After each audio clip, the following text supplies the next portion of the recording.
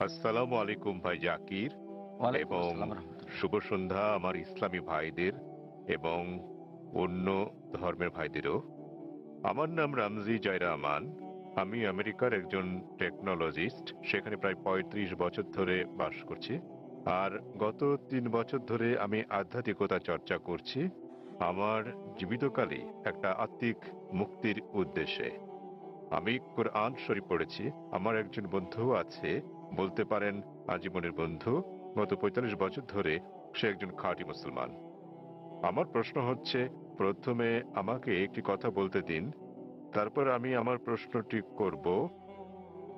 আমরা যখন কিছু বুঝতে চাই, হোক সেটি ধর্ম নিরপেক্ষ অথবা ধর্মীয়, আমরা বই পড়ে সেটি জানি, কিন্তু যখন আমরা বইটি পড়ি আমরা সেটা বুঝে বুঝেই পড়ি।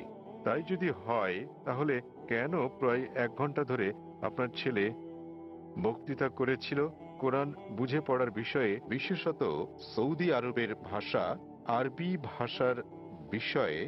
কেননা আমি যা অনুভব করি এবং চর্চা করি যে কোরআন ভাষার অনেক ঊর্ধ্বে, তো প্রত্যেক মুসলমানের আরবি ভাষা শিখতে হবে। বিষয়টা আমার কাছে কিছুটা জোর জবরদস্তিমূলক মনে হয়েছে। কোরআন কি তাই বলে? ভাই একটা ভালো প্রশ্ন করেছেন। বললেন যে তিনি আধ্যাত্মিকতা শিখতে চান এবং তিনি কোরআন পড়েছেন, কিন্তু তিনি বুঝতে পারেননি যে কেন একটা বক্তৃতা যা ফারিক নায়েক করেছিল আমার ছেলে কোরআন বুঝে পড়ার জন্য আরবি ভাষা শেখার গুরুত্ব নিয়ে, আর এটা কেন আবশ্যিক। আপনি যদি আমার ছেলের পুরো আলোচনাটা শুনে থাকেন, সে কখনো এটা বলেনি যে প্রত্যেক মুসলমানের জন্য আরবি শেখা আবশ্যিক। সে কখনোই বলেনি। আরবি জানাটা বেহেশতে যাওয়ার জন্য পূর্ব শর্ত নয়, কারণ আমি নিজেও আরবি জানি না। আমি নিজেও আরবি একটা ভাষা হিসেবে শিখে নিয়ে এদিক সেদিকে একটু একটু বুঝতে পারি। আমি আরবি ভাষা জানি না, কিন্তু আমার ছেলে জানে মাশাল্লাহ। সে আমার চেয়ে ভালো জানে। সে কোরআন সরাসরি অনুবাদ করতে পারে, আমি পারি না।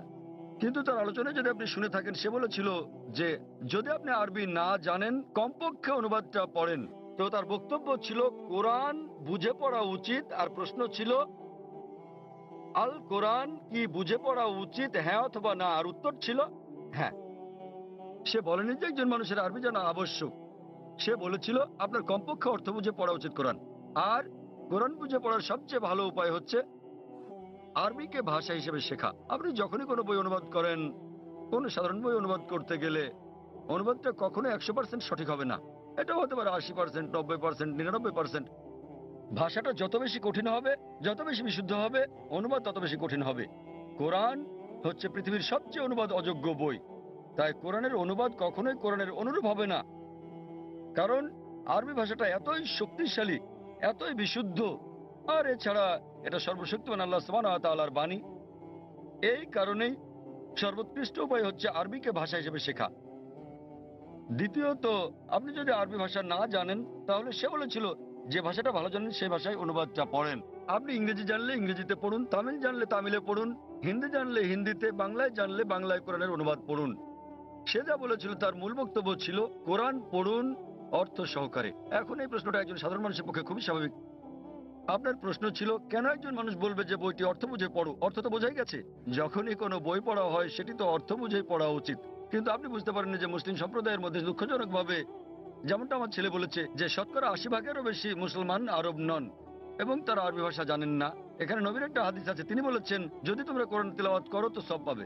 সেই কারণে বেশিরভাগ মুসলিম যখন কোরআন পড়ে তারা আরবিতেই পড়ে, কিন্তু তার অর্থটা বোঝে না। তাই এটা পৃথিবীর সবচেয়ে বেশিবার পড়া বই, কিন্তু একই সাথে অর্থ না বুঝে সবচেয়ে বেশিবার পড়া বই ওটি। তো আমার ছেলে বলেছিল আরবি অংশটা পড়ার পরে যা বেশিরভাগ অমুসলিমই বোঝেন না, অন্তত সেই অংশের অনুবাদটা পড়েন সেই ভাষায় যে ভাষাটা আপনি ভালো বোঝেন। সে জোর দিচ্ছিল যে কোরআন নির্দেশনামূলক গ্রন্থ, এটি সর্বশক্তিমান আল্লাহর গ্রন্থ। সে সকল মুসলমানকে অনুরোধ করেছে যে আরবিটা পড়ার পাশাপাশি অনুবাদটাও পড়েন, যার স্থান দ্বিতীয়। কিন্তু সবচেয়ে ভালো আরবিকে একটি ভাষা হিসেবে শেখা। কেননা আপনি যদি আরবি জানেন এবং শুদ্ধ ভাষা জানেন, যা আমরা আমাদের স্কুলে শেখাই, ইসলামিক ইন্টারন্যাশনাল স্কুল বোম্বে এবং ইসলামিক ইন্টারন্যাশনাল স্কুল চেন্নাইতে, তাহলে সংযোগ সূত্র পেয়ে যাবেন এবং কোরআনের অর্থ বোঝাটা আরো ভালোভাবে হবে। আশা করি উত্তরটা পেয়েছেন। ধন্যবাদ। সেখানে কি কোনো অমুসলিম ভাই আছেন? হ্যাঁ, হ্যাঁ ভাই, আপনার প্রশ্নটি করুন। শুভ সন্ধ্যা ডাক্তার সাহেব। আমি রাজা, একজন নির্বাহী অফিসার, চেন্নাই থেকে এসেছি। প্রশ্ন করার আগে আমি একটি উদাহরণ দেব, তারপর আমি আমার প্রশ্নটি করব। বিজ্ঞানীরা অনেক ধরনের জিনিস আবিষ্কার করেছেন মানব জাতির জন্য। উদাহরণস্বরূপ বলা যায় আলেকজান্ডার গ্রাহাম বেল টেলিফোন আবিষ্কার করেছেন, কিন্তু আলেকজান্ডার গ্রাহাম বেলের সময় ফোন ছিল অন্য রকম। কিন্তু এখন আমাদের এই আধুনিক 24 শতকে আমরা ব্যবহার করছি মোবাইল, ইমেইল পাঠাচ্ছি, ইন্টারনেট, ফ্রিল্যান্স, ছবি, সারা বিশ্ব জুড়েই। আমি যা বলতে চাইছি, মানুষ যাই সৃষ্টি করেছে তার কিছু অংশের পরিবর্তন হতে পারে, কিন্তু একটা ব্যাপার আমি বুঝি, তা হলো যদিও আমি একজন আধ্যাত্মিক মানুষ, তো এই সাপ্তাহিক চক্র অর্থাৎ সপ্তাহের 7 দিন, এটা সারা বিশ্বেই একই নিয়মে পালন করা হয়। হোক এটা ভারতে, আফগানিস্তানে, অথবা হতে পারে জার্মানি, ইউরোপ, মধ্যপ্রাচ্য, আফ্রিকা, যেখানেই হোক না কেন, প্রায় 600 কোটি মানুষ এই সাপ্তাহিক চক্রকে অনুসরণ করে, অর্থাৎ 7 দিন, রবিবার থেকে শনিবার। আমার মনে হয় ডাক্তার সাহেব, এই 7 দিনের সাপ্তাহিক চক্র কোনো মানুষের দ্বারা তৈরি হয়নি। আমি বুঝতে পেরেছি এই সাপ্তাহিক চক্র তৈরি হয়েছে সর্বশক্তিমান সৃষ্টিকর্তার হাতেই। আমি প্রশ্ন করতে চাই যে এই 7 দিনের চক্রের কথা কি কোনো ধর্মগ্রন্থে লেখা আছে? আর সাথে আরেকটি প্রশ্ন, সেটি হলো যে আল কোরআনে কি সৃষ্টির কোনো নিয়মের উল্লেখ আছে কিনা? এইটুকুই। ভাই একটা প্রশ্ন করলেন যে মানুষ যখন কোনো কিছু আবিষ্কার করে, উদাহরণ হিসেবে আলেকজান্ডার গ্রাহাম বেলের টেলিফোন আবিষ্কারের কথা বলেছেন, কিন্তু সময়ের সাথে সাথে এটা বদলাতে থাকে, আর এখন আমরা মোবাইল ফোন ব্যবহার করছি যে অনেকটা ভিন্ন। এগুলো মানুষের সৃষ্টি, কিন্তু এই সাপ্তাহিক চক্র সারা পৃথিবীতে অনুসরণ করা হয়। এটা সর্বশক্তিমান আল্লাহর সৃষ্টি, সর্বশক্তিমান আল্লাহর সৃষ্টি, সেজন্য এটা সমগ্র পৃথিবীতে অনুসরণ করা হয়। তিনি জানতে চান যে এই পৃথিবীর এই আবিষ্কারের কথা কোরআনে অথবা আগের ধর্মগ্রন্থগুলোতে উল্লেখ আছে কি না। ভাই আপনাকে একটা কথা বলি, আমি আপনার সঙ্গে একমত। মানুষ যখন কোনো কিছু আবিষ্কার করে, সেটার বিবর্তন হতে থাকে, উন্নতি হতে থাকে, শুধুমাত্র আল্লাহরটা ছাড়া। আল্লাহ হলেন নিখুঁত। তিনি কিছু সৃষ্টি করলে সেটা নিখুঁতভাবে সৃষ্টি করেন, অথবা তিনি ধাপে ধাপে এটাকে উন্মোচন করতে পারেন, কারণ সৃষ্টির জন্য তিনি যেটা সৃষ্টি করেছেন মানুষের জন্য তারা বুঝতে নাও পারে। উদাহরণস্বরূপ তিনি অনেক নবী পাঠিয়েছেন। প্রথম নবী ছিলেন আদম আলাইহিসসালাম, এবং তারপর অনেক নবী পাঠিয়েছেন, 1,24,000। সর্বশেষ নবী মোহাম্মদ সাল্লাল্লাহু সাল্লাম, তিনি অনেক বাণী পাঠিয়েছেন, অনেক গ্রন্থ। কিছু কিছু গ্রন্থের কথা কোরআনে উল্লেখ আছে, তাওরাত, জবুর, ইনজিল, এবং সর্বশ্রেষ্ঠ কোরআন। এমন না যে সর্বশক্তিমান আল্লাহ কোরআনের সম্পর্কে জানতেন না।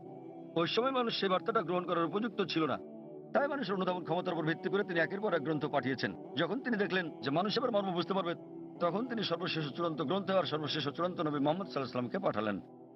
এবার আপনার প্রশ্নে আসি, সাপ্তাহিক চক্রের ব্যাপারে।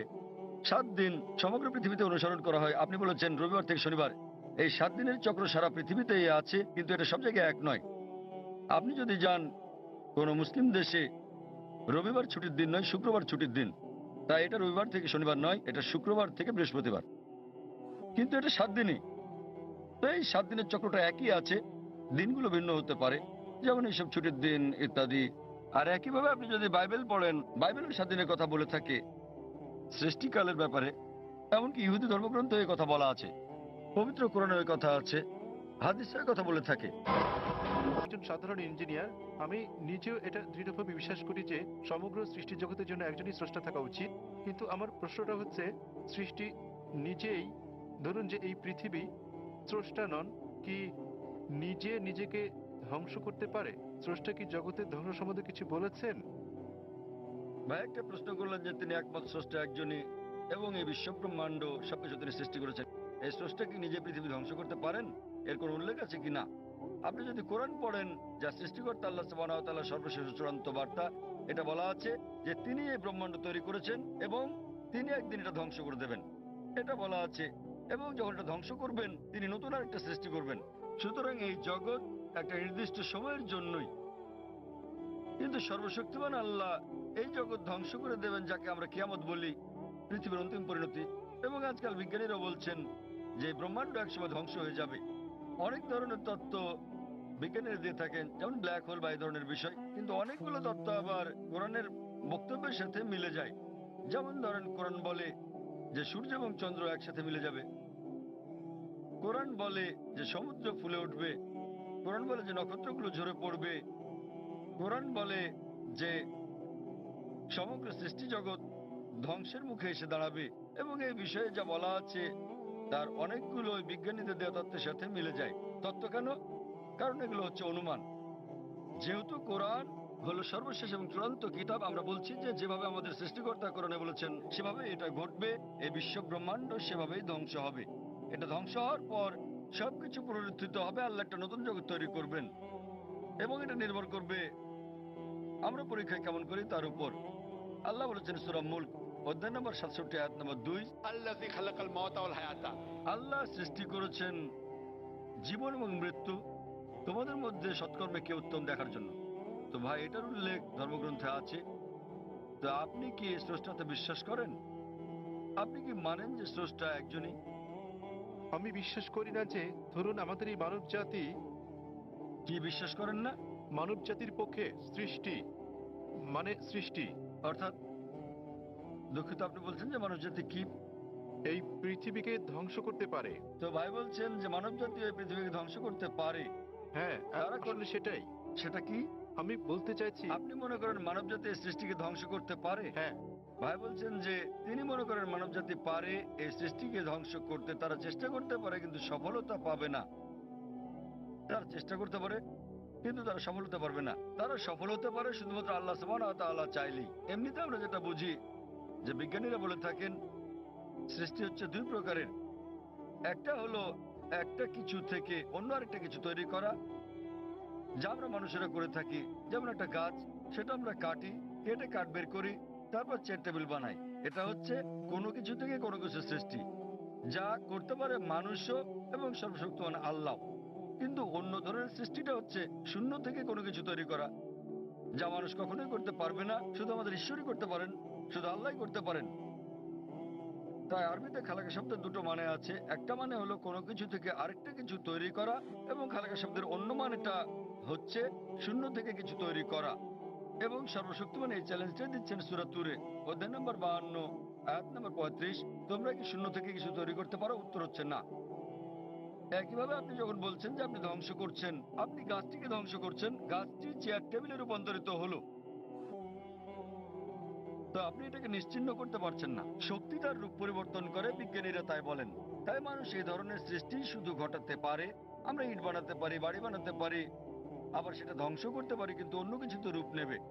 শুধু আল্লাহ সুবহানাহু ওয়া তাআলাই শূন্য অবস্থা থেকে অন্য কিছু তৈরি করতে পারেন, এবং তিনি সম্পূর্ণভাবে নিশ্চিহ্ন করতে পারেন, যা আমরা পারি না। আপনি চেষ্টা করতে পারেন, বলতে পারেন পারমাণবিক অস্ত্র দিয়ে ধ্বংস করতে পারি। আপনি সম্পূর্ণ ধ্বংস করতে পারবেন না, এটা একেবারে অসম্ভব। এটা শুধুমাত্র আমাদের স্রষ্টা সর্বশক্তিমান আল্লাহ করতে পারেন, আমরা পারি না। এ কারণে পবিত্র কোরআন বলে যে স্রষ্টা এই জগৎ তৈরি করেছেন এবং তিনি এটি ধ্বংস করে আরেকটি নতুন জগৎ তৈরি করবেন। আশা করি উত্তরটা পেয়েছেন। এবারে কোরআনে বলা আছে অনেক জায়গায় যে সর্বশক্তিমান আল্লাহ পৃথিবী তৈরি করেছেন 6 দিনে, 6টি পর্যায়ে। এ ব্যাপারে পবিত্র কোরআন এবং অন্যান্য ধর্মগ্রন্থ প্রায় একই কথা বলা আছে, কিন্তু ভালোভাবে দেখলে অনেক পার্থক্য আছে। কোরআন যেভাবে বলেছে তা অনেক বেশি বিজ্ঞানসম্মত। অন্যান্য ধর্মগ্রন্থের কথা অতটা বিজ্ঞানসম্মত নাও হতে পারে। উদাহরণস্বরূপ বাইবেলে এই ব্রহ্মাণ্ডের সৃষ্টি বিষয়ে বলা আছে। সেখানে বলা আছে সর্বশক্তিমান ঈশ্বর 6 দিনে পৃথিবী তৈরি করলেন এবং 7ম দিনে বিশ্রাম নিলেন। এর মানে ঈশ্বরেরও বিশ্রামের প্রয়োজন হয়। কোরআনও বলে যে সর্বশক্তিমান আল্লাহ 6 দিনে পৃথিবী তৈরি করলেন, কিন্তু এটা বলেন যে 7ম দিনে বিশ্রাম নিয়েছেন। কেন? কারণ পবিত্র কোরআনে আছে সূরা বাকারা অধ্যায় নম্বর 2 আয়াত নম্বর 255, এটা আয়াতুল কুরসি। الله لا إله الحي القيوم لا تأخذه سنة ولا نوم له ما في السماوات وما في الأرض। যে তিনি চিরকালীন, তিনি সর্বশক্তিমান, তিনি একক, কোন তন্দ্রা তাকে স্পর্শ করে না, তার বিশ্রামের দরকার নেই। সর্বশক্তিমান আল্লাহর কোনো ঘুমের প্রয়োজন নেই, তার বিশ্রামেরও প্রয়োজন নেই, তাহলে তার বিশ্রামের প্রশ্নটা আসে কি করে? তাই অনেক কিছুতেই মিল পাওয়া যাবে, কিন্তু সব নয়। কেউ যদি বলে যে ঈশ্বরের বিশ্রাম প্রয়োজন, যেমন আমি বা আপনি আমাদের মানুষের বিশ্রাম প্রয়োজন, সর্বশক্তিমানের কোনো বিশ্রাম প্রয়োজন নেই। তো এখানে পার্থক্যটা বাইবেলে যা বলা আছে তা হলো 24 ঘন্টা করে 6টি পর্যায়, 24 ঘন্টার 6টি সময়। আমরা বিজ্ঞানীরা বলে থাকি যে 24 ঘন্টার 6টি দিনে এই পৃথিবী তৈরি করা সম্ভব নয়। তো বিজ্ঞানীরা বাইবেলের ওল্ড টেস্টামেন্টের এই বর্ণনার সাথে দ্বিমত পোষণ করেন। আর কোরআনের কথায় আসি, কোরআন কখনোই বলেনি যে সর্বশক্তিমান আল্লাহ 24 ঘন্টার 6 দিনে এটা তৈরি করেছেন। আরবি শব্দ ইয়াম, বহুবচনে আয়াম, যা কোরআন উল্লেখ আছে, এর দুটো মানে আছে। ইয়মের একটা মানে হলো সাধারণ 24 ঘন্টার একদিন বলতে যা আমরা বুঝি, আর একটা মানে হচ্ছে পর্যায়। এটা যে কোনো দৈর্ঘ্যের হতে পারে, যেমন একটা যুগ। আর বিজ্ঞানীদের এটা মেনে নিতে কোনো সমস্যা নেই যে ব্রহ্মাণ্ড 6টি যুগে তৈরি হয়েছে, 6টি দীর্ঘ সময়ে, হতে পারে লক্ষ লক্ষ বছর ধরে, তাতে কোনো অসুবিধা নেই। এখানে পার্থক্যটা জগতের সৃষ্টির রহস্যের ব্যাপারে কোরআনে শত শত আয়াত আছে এই জগতের সৃষ্টি রহস্য নিয়ে। আমি এটার উপর একটা লেকচার দিতে পারি, কিন্তু এখানে সময় নেই। আমি শুধু কয়েকটা উদাহরণ দেব।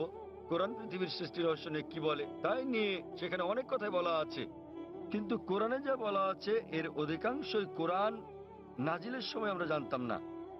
কোরআন যখন 1400 বছর আগে নাজিল হয়েছিল, এসব কথা অজানা ছিল। উদাহরণস্বরূপ, আজ একজন বিজ্ঞানীকে জিজ্ঞেস করলে তিনি উত্তর দেবেন, আমরা যদি বলি যে কিভাবে পৃথিবীর সৃষ্টি হলো, তাহলে তিনি বলবেন যে প্রথমে এখানে ছিল একটি নীহারিকা, তারপর একটা গৌণ বিচ্ছেদ ঘটল, বিগ ব্যাং, যা থেকে জন্ম নিল ছায়াপথ, তারকা মণ্ডলী, গ্রহসমূহ, সূর্য, এমনকি পৃথিবী যেখানে আমরা বাস করি।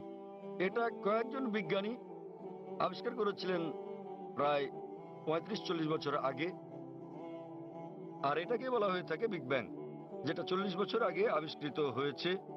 আর যেটাকে আজকে বিজ্ঞানীরা বলছেন বিগ ব্যাং, এটা কোরআনে বলা হয়েছে 1400 বছর আগে। সূরা আম্বিয়া অধ্যায় নম্বর 21 আয়াত নম্বর 30 বলা হয়েছে যে أولم يرى الذين كفروا অবিশ্বাসীরা কি দেখে না أن السماوات والأرض كانت رتقا فسقناهما যে আকাশমণ্ডলী ও পৃথিবী একত্রিত ছিল, অতঃপর আমি পৃথক করে দিলাম। এখানে কোরআন এই ব্রহ্মাণ্ডের সৃষ্টি বিষয়ে সংক্ষেপে বলে দিচ্ছে যে আকাশমণ্ডলী ও পৃথিবী একত্রিত যুক্ত ছিল, এরপর আমি তাদের পৃথক করে দিলাম। আজকের বিজ্ঞানীরা সৃষ্টি রহস্য নিয়ে যা বলছেন তার নাম দিয়েছেন বিগ ব্যাং। এটা কোরআনে 1400 বছর আগে বলা হয়েছে। আমরা আগে মনে করতাম যে এই যে আমরা পৃথিবীতে আছি এটা সমতল। মাত্র কয়েকশো বছর আগে আমরা জানতে পারলাম, যখন স্যার ফ্রান্সিস ড্রেক 1557 সালে পৃথিবীটা নৌপথে ভ্রমণ করলেন, তিনি প্রমাণ করলেন যে পৃথিবী বর্তুলাকার। কোরআন এটা বলেছে 1400 বছর আগে। সূরা নাজিয়াত অধ্যায় নম্বর 79 আয়াত নম্বর 30। والأرض بعد ذلك دحاها এবং তারপর আমি পৃথিবীকে তৈরি করলাম ডিম্বাকৃতি। আরবি শব্দ দাহা, এর একটা মানে হলো প্রসারিত হওয়া, যেভাবে পৃথিবী প্রসারিত হয়েছে। আরেকটা মানে আরবি দুইয়া শব্দ থেকে এসেছে, যার মানে হচ্ছে ডিম। এটা কোনো সাধারণ ডিম নয়, এটা বিশেষভাবে বোঝায় উট পাখির ডিমকে। এবং আমরা জানি পৃথিবী একটা বলের মতো সম্পূর্ণ গোলাকার নয়, এটা দুই প্রান্তে একটু চ্যাপ্টা। এবং আমরা যদি একটা উট পাখির ডিমের আকৃতি চিন্তা করি, সেটাও আসলে বর্তুলাকৃতির। একবার চিন্তা করেন, কোরআন পৃথিবীর বর্তুলাকৃতির কথা বলেছে 1400 বছর আগেই। আগে আমরা মনে করতাম চাঁদের আলো তার নিজস্ব আলো। সম্প্রতি বিজ্ঞান থেকে জানতে পেরেছি 100 বছর বা 200 বছর আগে যে চাঁদের আলো তার নিজের আলো নয়, বরং সেটা প্রতিফলিত আলো। কোরআন এটা বলেছে 1400 বছর আগেই।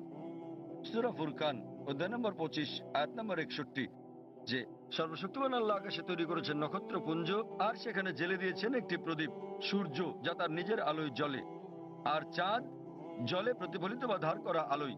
চাঁদের আলোর আরবি শব্দ হচ্ছে মুনির বা নূর, যার মানে হচ্ছে ধার করা বা প্রতিফলিত আলো। কিন্তু সূর্যের আলোর জন্য ব্যবহৃত হচ্ছে ওয়াহাজ, সিরাজ, দিয়া, অর্থাৎ মশাল, গনগনে প্রদীপ, প্রজ্বলিত আলো, যা সূর্যের আলোকেই তার নিজস্ব আলো হিসেবে বোঝাচ্ছে।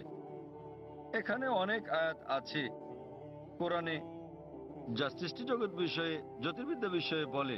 আমি যখন ছিলাম স্কুলে, আমি পড়েছিলাম যে সূর্য যদিও ঘুরে, এটা তার নিজের অক্ষে আবর্তন করে না, এটা নিশ্চল। কোরআনের সূরা আম্বিয়াতে বলে অধ্যায় নম্বর 21 আয়াত নম্বর 33, هو الذي خلق الليل والنهار আল্লাহ সৃষ্টি করেছেন দিন ও রাত, والشمس والقمر সূর্য এবং চন্দ্র। كل في فلك يسبحون প্রত্যেকে তার নিজ কক্ষপথে বিচরণ করছে। কোরআন বলছে সূর্য এবং চন্দ্র আবর্তন করা ছাড়াও তাদের নিজস্ব অক্ষের উপর ঘুরছে। আর আজ বিজ্ঞানের এত উন্নতির পরে আমরা জানি যে আমরা একটা টেবিলের উপর যদি সূর্যের ছায়া দেখি, তাহলে আমরা দেখতে পাবো যে সূর্যের গায়ে কালো দাগ রয়েছে, এবং এই কালো দাগগুলো প্রায় 25 দিনে একবার সম্পূর্ণ আবর্তন করে, যা দিয়ে বোঝায় সূর্য প্রায় 25 দিনে একবার আবর্তন করে। আর এভাবেই কোরআন বলে আকাশের কথা যে এটা একটা ছাদের মতো। সূরা আম্বিয়া অধ্যায় নম্বর 21 আয়াত নম্বর 32। কোরআন পদার্থের প্রথম অবস্থার কথা বলে প্লাজমা। কোরআন বলে সূরা জারিয়াতে অধ্যায় নম্বর 51 আয়াত নম্বর 47 যে আমি এই বিশাল আকাশকে নির্মাণ করেছি, ক্রমবর্ধনশীল বিশ্ব যা আমরা সম্প্রতি জেনেছি। এভাবেই কোরআনের অনেক জায়গায় সৃষ্টি রহস্যের কথা বলা হয়েছে। কিন্তু লক্ষ্য করার মতো বিষয় হলো অন্যান্য ধর্মগ্রন্থের মতো অন্যান্য ধর্মগ্রন্থ যেমন বেদ, বাইবেল, সেগুলোও বলে থাকে সৃষ্টি রহস্যের বিষয়ে। সৃষ্টির বিষয়ে তাদের অনেক বক্তব্যই বিজ্ঞানের সাথে মিলে যায়, কিন্তু অনেক বক্তব্যই আবার বৈজ্ঞানিক প্রমাণের বিপরীতে অবস্থান করে। কিন্তু কোরআনের ব্যাপারে বলা যায় কোরআনে 6000-এরও বেশি আয়াত আছে, যার মধ্যে 1000-এর বেশি বিজ্ঞান নিয়ে কথা বলে। এবং পবিত্র কোরআনে এমন একটা আয়াত নেই যা প্রতিষ্ঠিত বিজ্ঞানের বিরুদ্ধে যায়। কোরআনের সাথে অন্যান্য ধর্মগ্রন্থের পার্থক্য হচ্ছে কোরআনের কোনো আয়াতই বিজ্ঞানের প্রমাণিত সূত্রের বিপক্ষে যায় না। এটা কোনো তত্ত্বের বিপক্ষে যেতে পারে, কারণ তত্ত্ব বদলে যায়, কিন্তু একটি আয়াত প্রতিষ্ঠিত বিজ্ঞানের বিপক্ষে যায় না। এই কারণেই কোরআন একটি অনন্য গ্রন্থ। আর বলা যায় এটি সর্বশক্তিমান আল্লাহর একমাত্র আসমানি কিতাব, একমাত্র ধর্মগ্রন্থ যা তার প্রকৃত রূপে এখন পর্যন্ত অবিকৃত আছে। এই কারণেই আপনি যদি সমস্ত ধর্মগ্রন্থগুলোকে বিজ্ঞান দিয়ে পরীক্ষা করেন, সবগুলোই ফেল করবে কোরআন ছাড়া। আর কোরআন হলো এই পৃথিবীর বুকে একমাত্র ধর্মগ্রন্থ যা বিজ্ঞানের পরীক্ষায় পাশ করবে। আশা করি উত্তরটা পেয়েছেন। হ্যাঁ, আমাদের বোনদের কাছ থেকে কোনো প্রশ্ন আছে কি? কোনো অমুসলিম বোন আছেন? জি আছে। হ্যাঁ বোন, আপনি আপনার প্রশ্নটি করুন। আবারও শুভ সন্ধ্যা।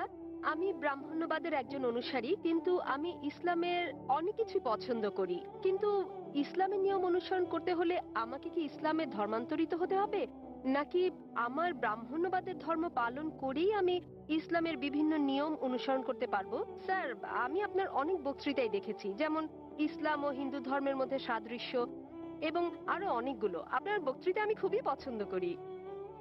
বোন খুব সুন্দর একটা প্রশ্ন করলেন। তিনি বললেন যে তিনি ব্রাহ্মণিজমের একজন একনিষ্ঠ অনুসারী, কিন্তু তিনি ইসলামের বিভিন্ন বিষয় পছন্দ করেন। তার প্রশ্ন হচ্ছে যে তিনি কি ইসলামের এই সব বিষয় অনুসরণ করতে পারেন এবং একই সাথে তারা ব্রাহ্মণিজম চর্চা করতে পারেন। তিনি আমার অনেক লেকচার দেখেছেন এবং অনেকটা পছন্দ করেন। বোন, প্রথমে আপনাকে বলি যে ইসলাম বা মুসলমান হওয়া কোনো উপাধি নয়। ইসলাম আবিধানিকভাবে বোঝায় শান্তি, যা পাওয়া যায় নিজেকে আল্লাহর কাছে সমর্পণ করে। তাই যে কোনো মানুষ যদি সে তার ইচ্ছা অনিচ্ছাকে আল্লাহর কাছে সমর্পণ করে, তাহলে সে একজন মুসলিম। শুধুমাত্র মোহাম্মদ, জাকির, আব্দুল্লাহ, সুলতান, শাকির নাম হলে মুসলমান হওয়া যায় না, বা ফাতিমা, আয়েশা, এইসব নামগুলো আপনাকে মুসলিম বানাবে না। মুসলমান মানে যে তার ইচ্ছা অনিচ্ছাকে আল্লাহর কাছে সমর্পণ করে। তো প্রথমেই খুঁজে বের করতে হবে আপনাকে মহান আল্লাহর আদেশ কি। বোন বলেছেন যে তিনি ব্রাহ্মণিজমের একজন একনিষ্ঠ অনুসারী এবং তিনি ইসলামেরও বিভিন্ন বিষয় পছন্দ করেন। আর তিনি আমার অনেক বক্তৃতা দেখেছেন, যার মধ্যে ইসলাম ও হিন্দুইজমের সাদৃশ্য আছে। যদি এটা দেখে থাকেন তাহলে উত্তর দেওয়াটা আমার জন্য সহজ হবে, আপনার পক্ষে বোঝাটাও সুবিধা হবে। আপনি যদি দেখে থাকেন আমার হিন্দুইজম ইসলামের সাদৃশ্য নিয়ে বক্তৃতা, যেটা আমি বোধহয় প্রথম শান্তি সম্মেলন চেন্নাই দিয়েছিলাম, ইসলাম ও হিন্দু ধর্মের মধ্যে সাদৃশ্য। বোন, আপনি যদি ভেবে দেখেন, এমনকি যদি হিন্দু ধর্মের বইগুলো পড়ে থাকেন, হিন্দু ধর্মগ্রন্থগুলো বলে যে নিজের ইচ্ছাকে ঈশ্বরের কাছে সমর্পণ করবেন। কিন্তু আমি যেটা বললাম যে সময়ের সাথে সাথে পূর্বের সকল ধর্মগ্রন্থ আগের মতো অবিকৃত অবস্থায় নেই। সেগুলো বিকৃতি এসেছে, জালিয়াতি হয়েছে, দুর্নীতি ঘটেছে। বেশিরভাগ পণ্ডিতগণই এই ধর্মগুলোর বিষয়ে, হোক সেটা হিন্দুইজম অথবা হোক খ্রিস্টানিজম অথবা ইহুদি ধর্ম, তারা একমত যে তাদের ধর্মগ্রন্থগুলো অবিকৃত রূপে সংরক্ষিত নেই। আর আপনি যদি আমার বক্তৃতা শুনে থাকেন, আমি শুরুতে যা বলেছিলাম, মহাভারত একটা গল্প যা অর্জুনের পিতামহ কর্তৃক বর্ণিত। এতে আছে 8000 শ্লোক। এরপর সময়ের সাথে সাথে পরিবর্তিত হতে হতে এতে চলে এলো 24,000 শ্লোক। এখন এর মধ্যে আছে 1 লক্ষেরও বেশি। 1,00,000-এর বেশি শ্লোক। এটি কার কথা? মহাভারতের পণ্ডিতগণের। তো সময়ের সাথে সাথে সেগুলোতে হস্তক্ষেপ হয়েছে, তথ্য বিকৃতি ঘটেছে, কিন্তু তা সত্ত্বেও এরকম পরিবর্তনের পরও সবগুলো ধর্মগ্রন্থেই সর্বশক্তিমান ঈশ্বরের বাণী অবশিষ্ট রয়েছে। এবং আপনি যদি আমার বক্তৃতা শুনে থাকেন, সকল ধর্মের মূল কথা হচ্ছে সর্বশক্তিমান ঈশ্বর একজনই, তার কোনো মূর্তি নেই, তার কোনো ছবি নেই। সবগুলো ধর্মই বলে থাকে ঈশ্বর একজনই। আপনি হয়তো শুনেছেন আমার লেকচারে, আমি বলেছিলাম বিভিন্ন জায়গায়, যেমন ছান্দোক্য উপনিষদে অধ্যায় নম্বর 6 অনুচ্ছেদ নম্বর 2 শ্লোক 1, एकम विद्वितीयम। মহান ঈশ্বর এক, অদ্বিতীয়। এবং শ্বেতাজ্যোতির উপনিষদ অধ্যায় নম্বর 4 শ্লোক নম্বর 19 এবং যজুর্বেদ অধ্যায় 32 শ্লোক 3 বলা আছে, न तस्य प्रतिमा अस्ति। মহান ঈশ্বরের কোনো প্রতিমা নেই, তার কোনো ছবি নেই। প্রতিমা মানে হচ্ছে মূর্তি, ফটোগ্রাফ, রেখাচিত্র, ছবি, ভাস্কর্য, মূর্তি, পুতুল। তাই ঈশ্বরের কোনো প্রতিমূর্তি নেই, কোনো ফটোগ্রাফ নেই, কোনো রেখাচিত্র নেই, কোনো ছবি নেই, কোনো ভাস্কর্য নেই, কোনো মূর্তি নেই, কোনো পুতুল নেই। তাই সকল ধর্মগ্রন্থই জোর দেয় সর্বশক্তিমান ঈশ্বরের একত্বের উপর। আর হিন্দু ধর্মের ব্রহ্মসূত্রটি হচ্ছে एकम ब्रह्म द्योतय नास्ते नैना नास्ते किंचन। भगवान एक ही है, दूसरा नहीं है, नहीं है, नहीं है, जरा भी नहीं है। ঈশ্বর একজনই, দ্বিতীয় কেউ নেই, কেউ নেই, কেউ নেই, কোথাও কেউ নেই।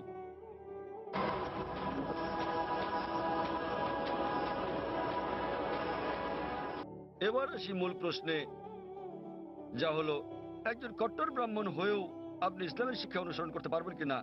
বোন, একজন সাধারণ ব্রাহ্মণের পক্ষে মুসলিম হওয়ার চেষ্টা করাটা কঠিন, কিন্তু যদি কঠোর ব্রাহ্মণ হয়ে থাকেন, বেদকে কঠোরভাবে মেনে চলেন, তাহলে আপনার ইচ্ছা অনিচ্ছা ঈশ্বরের কাছে সমর্পণ করতেই হবে। আপনি যদি সাধারণ ব্রাহ্মণ হয়ে থাকেন যে কিছু নিয়ম মানেন আবার কিছু মানেন না, তাহলে আপনার পক্ষে ঈশ্বরের কাছে নিজের ইচ্ছাকে সমর্পণ করা কঠিন হবে। কিন্তু যদি কঠোর ব্রাহ্মণ হয়ে থাকেন, বেদকে কঠোরভাবে মেনে চলেন, তাহলে আগে আমি যা বলেছি আপনাকে মানতেই হবে। 3টি পংক্তি আমি বলেছি যে আপনাকে এক ঈশ্বরে বিশ্বাস করতে হবে, আপনি মূর্তি পূজা করতে পারবেন না। আপনাকে বিশ্বাস করতে হবে যে ঈশ্বর এক, তার কোনো প্রতিচ্ছবি নেই, কোনো ফটোগ্রাফ নেই, কোনো মূর্তি নেই। এবং যদি আপনার ধর্মগ্রন্থগুলো পড়ে থাকেন, সেগুলোতে সর্বশেষ এবং চূড়ান্ত নবী মোহাম্মদ সাল্লাল্লাহু সাল্লামের আগমনের কথা উল্লেখ করা হয়েছে। আর আপনি যদি আমার বক্তৃতা ইসলাম ও হিন্দু ধর্মের মধ্যে সাদৃশ্য আর হিন্দু ধর্মে মোহাম্মদ সাল্লাল্লাহু সাল্লাম এই দুটো দেখে থাকেন, আমি বিস্তারিত আলোচনা করেছি যে নবী মোহাম্মদ সাল্লাল্লাহু সাল্লামের কথা আপনাদের ধর্মগ্রন্থে আছে। তাই যদি আপনি খারাপ ব্রাহ্মণ হয়ে থাকেন, তাহলে আপনার এটা বিশ্বাস না করার কোনো সুযোগ নেই যে ঈশ্বর এক, তার কোনো চিত্র নেই, কোনো মূর্তি নেই। এবং আপনাকে এটা বিশ্বাস করতে হবে যে মহান ঈশ্বরের সর্বশেষ দূত, সর্বশেষ বার্তাবাহক, কল্কি অবতার হচ্ছে নবী মোহাম্মদ সাল্লাল্লাহু সাল্লাম। কিন্তু যখন আপনার ধর্মগ্রন্থ বলে যে আপনাকে কল্কি অবতার চূড়ান্ত দূতকে অনুসরণ করতে হবে, তো যখন আপনি এই দূত নবী মোহাম্মদ সাল্লাল্লাহু আলাইহি ওয়াসাল্লামের বাণীগুলো পড়বেন, তখন আপনি দেখবেন যে এই কথাগুলো আপনার ধর্মগ্রন্থগুলোতে যা লেখা আছে তার সাথে মিলে যাচ্ছে। আবার একই সাথে দেখবেন এটা আপনার ধর্মগ্রন্থের অনেক কথার বিরুদ্ধে যাচ্ছে। তো এখন আমরা মনে করি যে কোরআন সর্বশক্তিমান আল্লাহর শেষ ও চূড়ান্ত নির্দেশনা, যা নাজিল করা হয়েছিল সর্বশেষ ও চূড়ান্ত নবী মোহাম্মদ সাল্লাল্লাহু আলাইহি সাল্লামের উপরে। এই কোরআন হলো ফোরকান, এটা হলো ন্যায় এবং অন্যায়ের পার্থক্যকারী। তাই কোরআনের সাথে যা যা মিলে যায়, সেটা যদি বাইবেলে উল্লেখ থাকে, অথবা থাকে বেদে, অথবা মহাভারতে, অথবা রামায়ণে, নিশ্চিতভাবে আপনি ধরে নিতে পারেন যে তা হয়েছে সর্বশক্তিমান ঈশ্বরের ইচ্ছা ও আদেশ অনুসারে। যদি সেটা বিরুদ্ধে যায়, আপনাকে মানতে হবে যে এটা হচ্ছে সর্বশক্তিমান ঈশ্বরের ইচ্ছা ও আদেশের বিপরীত। তাই আপনি যদি একনিষ্ঠ ব্রাহ্মণ হন, ব্রাহ্মণিজম চর্চা করে থাকেন, আপনাকে এক ঈশ্বরে বিশ্বাস করতে হবে, মূর্তি পূজার বিরোধিতা করতে হবে। আর আপনি যদি আমার সেই বক্তৃতা ইসলাম ও হিন্দু ধর্মের সাদৃশ্য শুনে থাকেন, সেখানে যা বলা হয়েছে, আপনি যদি কমপক্ষে ইনশাআল্লাহ এগুলো আপনাকে জান্নাতে নেওয়ার জন্য যথেষ্ট হবে ইনশাআল্লাহ। তাই আপনি যদি আমার বক্তৃতা ইসলাম ও হিন্দু ধর্মের মধ্যে সাদৃশ্য শুনে থাকেন, সর্বশক্তিমান ঈশ্বরের একত্ববাদ সম্বন্ধে, নবী মোহাম্মদ সাল্লাল্লাহু আলাইহি সাল্লাম সম্বন্ধে, কিভাবে সালাত আদায় করা যায়, মদ খাওয়া যাবে না, শুকরের মাংস খাওয়া যাবে না, যা কোরআনের সাথে সাথে আপনাদের ধর্মগ্রন্থ বলা আছে, আপনাদের বেদে শালীনতার বিষয়ে বলা আছে যে মহিলাদের নিজেদের আবৃত রাখা উচিত, যা কোরআনেও বলা আছে। তাই আমার সেই বক্তৃতায় যা যা আমি বলেছি, আরো অনেক বিষয় আছে, কিন্তু আপনি যদি শুধু এই বিষয়গুলো ভালোভাবে অনুসরণ করেন বোন, ইনশাল্লাহ ইনশাল্লাহ এগুলো আপনাকে এই পরীক্ষায় পাশ করিয়ে দেওয়ার জন্য যথেষ্ট। আপনি চাইলে আরো অনেক কিছু অনুসরণ করতে পারেন, কিন্তু কমপক্ষে এই বিষয়গুলো, এই প্রধান বিষয়গুলো যা আমি উল্লেখ করেছি, কিন্তু আপনার ধর্মগ্রন্থে যা বিতর্কিত, আপনার তা অনুসরণ করা উচিত নয়। কারণ আপনাদের পণ্ডিতগণই বলেন যে এটা সময়ের আবর্তনে পরিবর্তিত হয়ে গেছে। আমাদের বুঝতে হবে যে এই বিষয়গুলো হচ্ছে তথ্য বিকৃতি, হস্তক্ষেপিত, সত্যের অতিরঞ্জন। তাই মিলগুলো শুধু অনুসরণ করেন, ইনশাল্লাহ ইনশাল্লাহ আপনি একজন ভালো ব্রাহ্মণ হতে পারবেন। আপনি নিজ ধর্মগ্রন্থের অনুশাসন মেনে চলেন, যা ফুরকান এবং কোরআনের সাথে মিলে যায়, এবং ইনশাআল্লাহ একজন নিয়মনিষ্ঠ মুসলমানও হতে পারেন। তো আশা করি ইনশাআল্লাহ যে সর্বশক্তিমান আল্লাহ আপনাকে হৃদায়ত দান করুন। বোন, বোন আপনি কি বিশ্বাস করেন ইসলাম ও হিন্দু ধর্মের সাদৃশ্য নিয়ে আমি আলোচনায় যে কথাগুলো বলেছিলাম? হ্যাঁ স্যার, পুরোপুরি। বোন, আমার লেকচারের কথাগুলোর সঙ্গে আপনি একমত? জি স্যার। আপনি কি নিয়মগুলো মানতে রাজি আছেন? হ্যাঁ হ্যাঁ, রাজি আছি। তাহলে আপনি যেহেতু এগুলো মানতে রাজি আছেন, আমি যা বলেছি, সুতরাং আপনি প্রকৃতই নিজের ইচ্ছা অনিচ্ছাকে আল্লাহর কাছে সমর্পণ করলেন। আরবিতে আপনি বলতে পারেন মুসলমান, বাংলায় বলতে পারেন আল্লাহর কাছে নিজের ইচ্ছাকে সমর্পণকারী। তো যদি একমত হন যে ধর্মগ্রন্থগুলোতে বলা আছে এক ঈশ্বরের উপাসনা করতে হবে, তিনি ছাড়া আর উপাস্য নেই, মূর্তি পূজা করা অন্যায়, আপনি যদি সর্বশেষ ও চূড়ান্ত নবী কলকি অবতার মুহাম্মদ সাল্লাল্লাহু আলাইহি সাল্লাম এবং তার শিক্ষার উপর বিশ্বাস রাখেন, তাহলে আমার মতে আমি যদি আরবিতে বলি, আমাকে বলতে হবে যে আপনি ইসলাম ধর্ম পালন করছেন এবং আপনি একজন মুসলিম। বোন, আপনি কি একমত আছেন? জি স্যার, একমত। তাহলে আপনি কি জনসমক্ষে বলতে পারবেন যে আরবি নিয়মে আপনি একজন মুসলিম? বোন, আপনি কি আরবি নিয়মে ঘোষণা দিতে পারবেন এটা? যেহেতু আপনি মেনে নিয়েছেন একজন ঈশ্বর এবং নবী মুহাম্মদ সাল্লাল্লাহু আলাইহি সাল্লাম সর্বশেষ ও চূড়ান্ত নবী, তো আপনি কি ঘোষণা দিতে পারবেন যে আপনি একজন মুসলিম? আমি বলছি না যে আমি একজন মুসলিম, যদিও আপনি যা বলেছেন আমি তার সাথে একমত। এখন আপনি যদি মেনে নেন যে ঈশ্বর একজন এবং তার হ্যাঁ। কোনো মূর্তি বা ছবি নেই এবং একমাত্র তারই উপাসনা করতে হবে, আর আপনি যদি মেনে নেন যে নবী মুহাম্মদ সাল্লাল্লাহু আলাইহি সাল্লাম আল্লাহ প্রেরিত দূত, এই দুটোই যথেষ্ট আপনাকে ইসলাম ধর্মের জগতে নিয়ে আসার জন্য। আপনি পাশ করেছেন, অন্যান্য বিষয়গুলো পরে আসবে। তো আপনি যদি মানেন ঈশ্বর এক, তার কোনো প্রতিচ্ছবি নেই, আপনি যদি মূর্তি পূজা করতে অস্বীকার করেন এবং আপনি মানেন যে নবী মুহাম্মদ সাল্লাল্লাহু আলাইহি সাল্লাম শেষ ও চূড়ান্ত নবী, তাহলে আপনি এই জগতে প্রবেশ করতে পারবেন ইনশাআল্লাহ, অথবা সঠিকভাবে বলতে গেলে এই জীবন দর্শনে। এবং ইনশাআল্লাহ এভাবেই চর্চা চালিয়ে গেলে আপনি কি এই জীবনধারায় আসতে চান বোন? ঈশ্বর চাইলে। হ্যাঁ, এই তো ইনশাআল্লাহ, মাশাআল্লাহ। তো বোন, আমি আবারও আপনাকে জিজ্ঞেস করতে চাই আনুষ্ঠানিকভাবে, বোন আপনি কি বিশ্বাস করেন যে এক ঈশ্বর? হ্যাঁ, করি। বিশ্বাস করেন যে সর্বশক্তিমান ঈশ্বর ছাড়া আর কারো উপাসনা করা উচিত নয়? হ্যাঁ হ্যাঁ। আপনি কি একমত যে মূর্তি পূজা ঠিক নয়? পুরোপুরি না হলেও কিছুটা একমত। না, দেখলেন তো, পুরোপুরি না কিছুটা, এটাই বলতে পারছেন না। আপনি এটা বলতে পারেন না যে কেকটা খেতে চাই পেতে চাই, মূর্তি পূজা করা সঠিক নয়, নতুবা সঠিক। এর মানে ঈশ্বরের কাছে প্রার্থনার জন্য আপনার মূর্তি পূজার সাহায্য নিতে হবে না, কোনো মূর্তি পূজা করতে হবে না। আপনি কি মানেন যে ঈশ্বরের কোনো প্রতিরূপ নেই? হ্যাঁ আচ্ছা, আপনি মানেন, এর মানে আপনি বলছেন ঈশ্বরের কোনো প্রতিমূর্তি নেই। হ্যাঁ। ঠিক আছে, আপনি কি মানেন যে নবী মুহাম্মদ সাল্লাল্লাহু আলাইহি সাল্লাম সর্বশেষ চূড়ান্ত নবী? আমি আসলে এইটুকু পর্যন্ত ভালো করে জানি না, কিন্তু অন্যগুলো আপনি যা বলেছেন আমি মানছি, কিন্তু আমি আসলেই সর্বশেষ বিষয়গুলো জানি না। আপনি কি মানেন যে তিনি আল্লাহ প্রেরিত দূত? হ্যাঁ মানি। আপনি মানেন তিনি আল্লাহর দূত? হ্যাঁ। চমৎকার, চর্চাটাই আসল। একজন নির্ভেজাল মুসলিম হওয়া সহজ কথা নয়, আমরাও চেষ্টা করছি। তো বোন, আমি যদি বলি আপনি কি আমার সাথে কালিমায়ে শাহাদা পাঠ করবেন?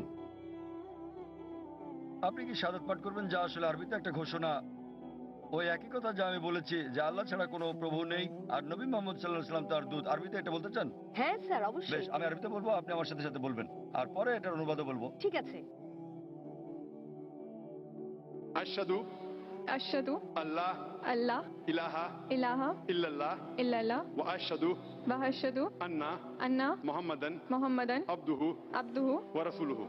व रसूलुहु। আমি সাক্ষ্য দিচ্ছি আমি সাক্ষ্য দিচ্ছি যে যে কোনো উপাস্য নেই কোনো উপাস্য নেই আল্লাহ ছাড়া, আল্লাহ ছাড়া, আর আমি সাক্ষ্য দিচ্ছি আর আমি সাক্ষ্য দিচ্ছি যে নবী মুহাম্মদ সাল্লাল্লাহু আলাইহি যে সাল্লাম নবী মুহাম্মদ সাল্লাল্লাহু আলাইহি সাল্লাম হলেন আল্লাহর আল্লাহর বান্দা এবং রাসূল। বান্দা এবং রাসূল। মাশাআল্লাহ বোন, ধন্যবাদ। এখন আপনি একজন মুসলিম এবং আমি প্রার্থনা করছি যেন আল্লাহ সুবহানাহু ওয়া তাআলা আপনাকে পথ প্রদর্শন করেন। আর আমি চাই যে ইনশাআল্লাহ সকল ভাই বোনেরা যখনই কেউ ইসলাম গ্রহণ করবেন, আপনারা তাকে জ্ঞানের দিক থেকে সাহায্য করবেন, এভাবে আপনারা সমাজ সেবা করতে পারেন। বোন, আপনার কাছে একটা অনুরোধ আমার, যে ইনশাআল্লাহ আপনি কোরআন অনুবাদ সহ পড়বেন, এমনকি যদি আগেও পড়ে থাকেন তবুও, এবং নির্দেশনাগুলো মেনে চলবেন, এবং ইনশাআল্লাহ আপনি তখন আল্লাহর কাছে নিজের ইচ্ছা সমর্পণকারী একজন নিষ্ঠাবান মানুষ হতে পারবেন, আর আমাদের জন্য দোয়া করবেন বোন।